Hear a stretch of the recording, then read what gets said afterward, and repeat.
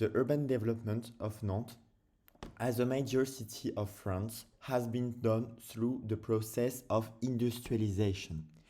Indeed, thanks to its proximity to the Atlantic Ocean and the river that connects it to the city, Nantes was an important hub for the French industry thanks to its harbor, especially from the middle of the 19th century to the middle of the 20th century.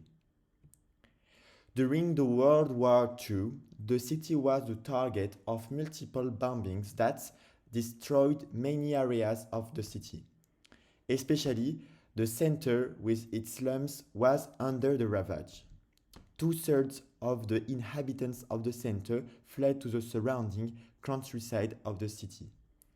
A new city was to be built inside the boundaries of the city and outside where more people were emigrated.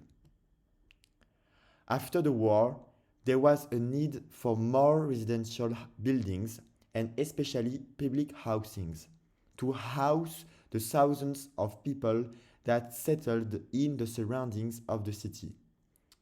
Le Corbusier built a famous public housing called La Cité Radieuse, following his idea of a fulfilled life at the scale of the public housing.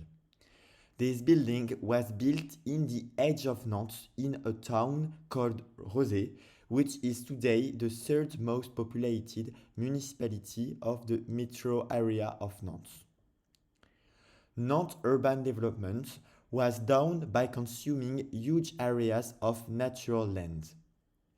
The built-up area shown here is the district of public housing named Malakoff, which housed today 4,000 people. It is today a highly segregated area of Nantes. After World War II, Nantes industrial activity resumed. But with the global competition, it became less important, and little by little, the industry disappeared along the second half of the 20th century. In 1958, the dismantling of a bridge that was used by the workers to go from one shore to the other is the symbol of the end of this industrial era.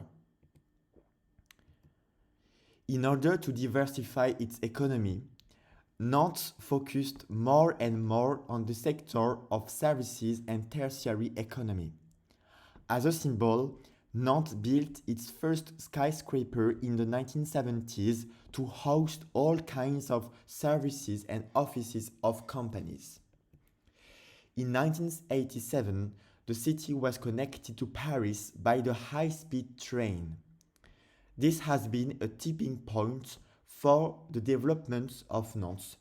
Firstly, demographic, because there were waves of new inhabitants to the city, and second, economic, because it has created new economic opportunities for the city.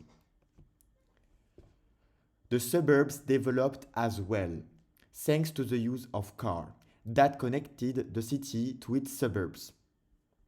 The pictures showed here shows an important shopping center in the edge of Nantes that attracts millions of visitors every year.